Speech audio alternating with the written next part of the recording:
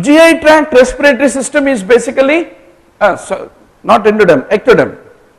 Then endoderm responsible for GI tract and respiratory system. Somatopleuric mesoderm is very important for formation of skin and non-muscle portions of the limbs is what need to be remembered.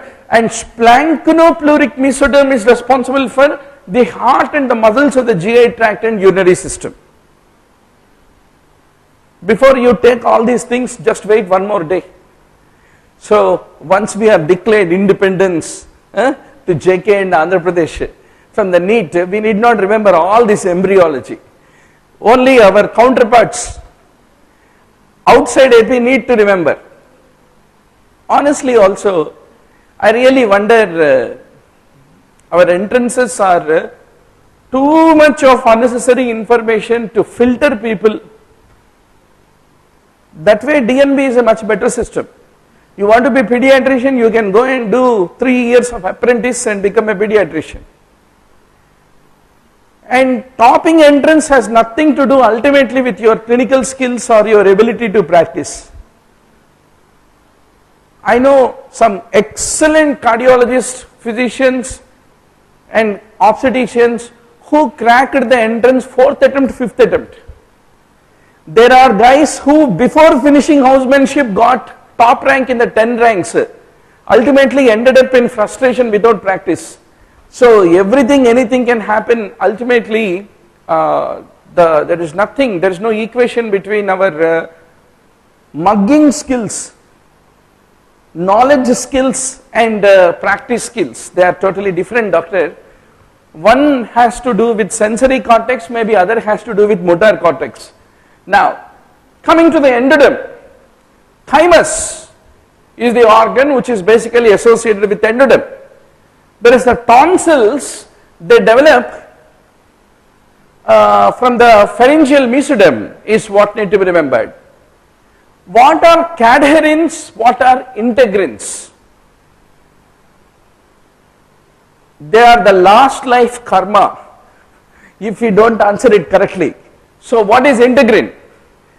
Integrins are associated with extracellular matrix, doctor.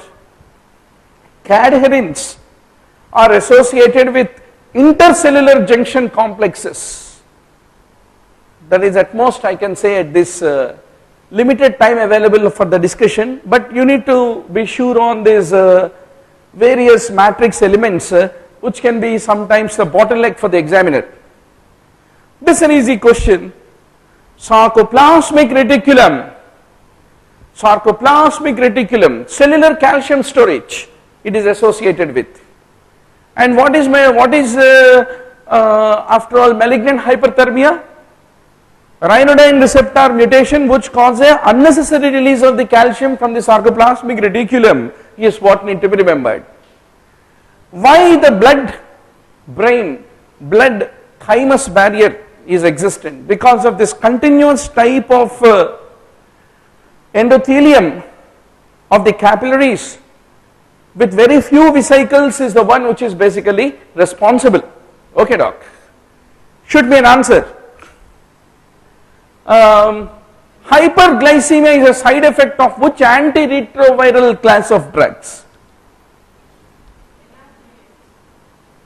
Who will give me confident answer? NRTIs is a proposal which comes from Nampally. There are 6 classes antiretrovirals, you all know. You can try 6 answers. Some confident answer? Protease inhibitor, Sanantapur gets a very big clap. So remember, doctor, tacrolimus, protease inhibitors, niacin, but NRTIs is a good attempt. We need to see there are 2 ways of learning. Learn correctly, learn with mistakes. How will you learn intubation? Learn with mistakes. If somebody said I have done intubation without passing ET tube into esophagus at all, from the beginning I am passing it into trachea only, means he is faking orgasm. So there is, it never exists or happens. Every guy who learns intubation has to pass at least a couple of times into esophagus, make everything become mess, and then pick up the art of passing the correct ET tube, unless he is the reincarnation of Arjun or somebody, mythological figure. So if we wrongly answer, get pass pointed towards the correct answer, such kind of answers we will never forget in our lifetime. So that is the whole purpose of this session. Lithium emideron sulfonamides, they need to be remembered for hypothyroidism. You will remember emideron, I know, because emideron causes both hypo and also hyperthyroidism. But lithium sulfonamides we forget, which we should not. Then tamoxifen we remember for hot flashes, clomiphene we forget. Why?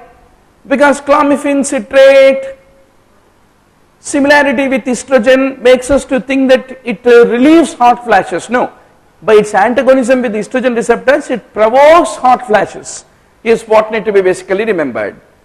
Now doctor, genitalia are female, genotype is XX type, then what is the most likely possibility in this case? Congenital adrenal hyperplasia.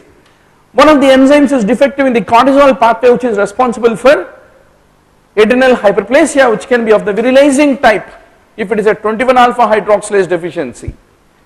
Now there is a pain shooting to the shoulder, classical of the phrenic nerve is what need to be remembered.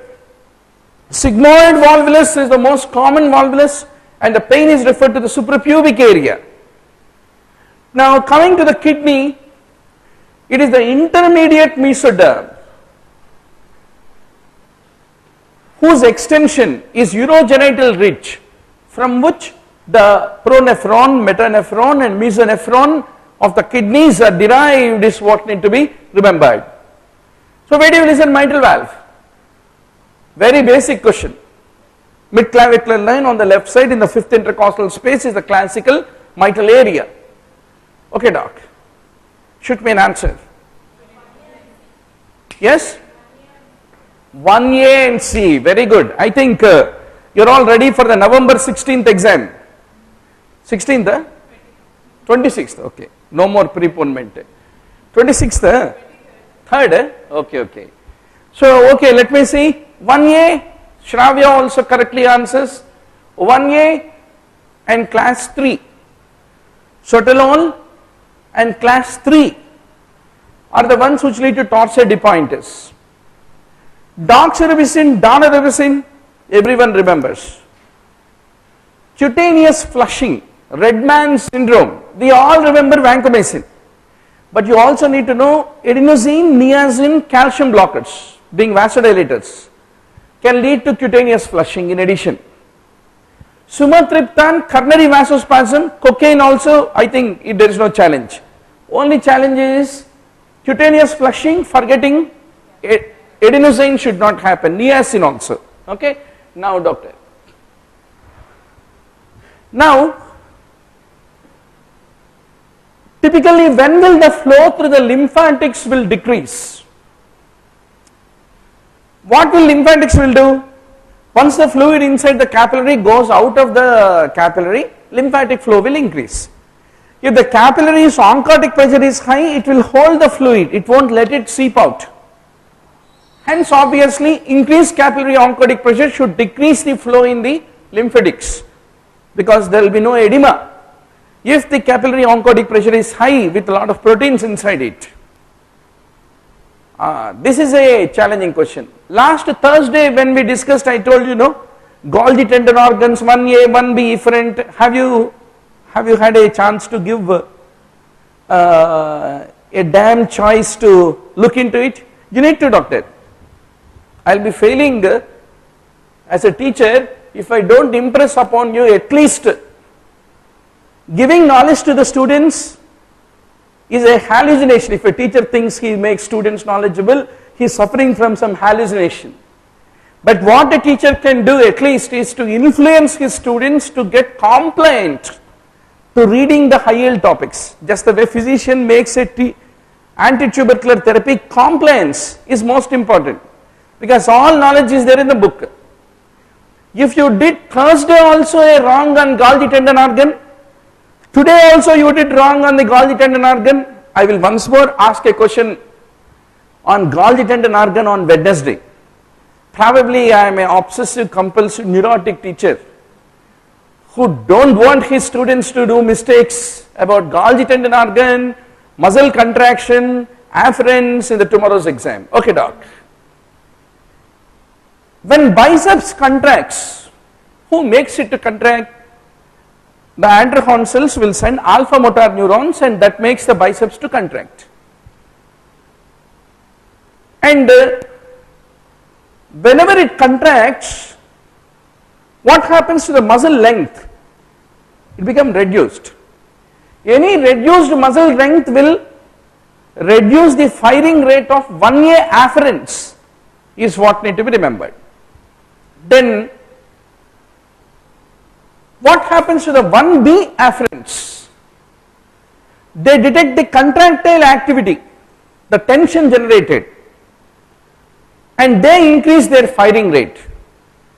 Same time, the antagonist muscle to biceps is triceps. Biceps flexes, triceps extends. It becomes stretched at the time of the flexion, and the 1A afferents, any stretch will increase the firing rate. So always 1A afferent firing rate will come down in the agonist muscles and it will increase in antagonist muscles whenever the alpha motor neuron fires is what need to be basically remembered. Now doctor, what is the effect of vitamin D deficiency? Mineralization of the matrix typically get affected. Now this is the interesting question. Okay, one quick statistics. How many of you answered this correctly? Good. I am happy. 4 out of 5 out of 10, 50%. Alright, I know what are the alternative answers. There are 3 things, doctor, in a ABG report. How many of you as house surgeons have ordered an ABG report? PaO2, PaCO2, SaO2 and oxygen content in the blood. There are, today only you go back to the intensive care unit and order one ABG report, how it looks like. I know, a lot of you know that, but what happens in the case of carbon monoxide poisoning? The amount of the dissolved oxygen which is not bound with the hemoglobin will be same, normal.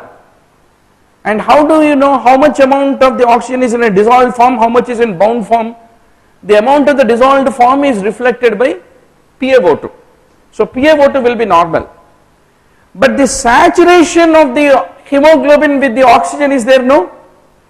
That will be typically lower because who occupied that place in the hemoglobin?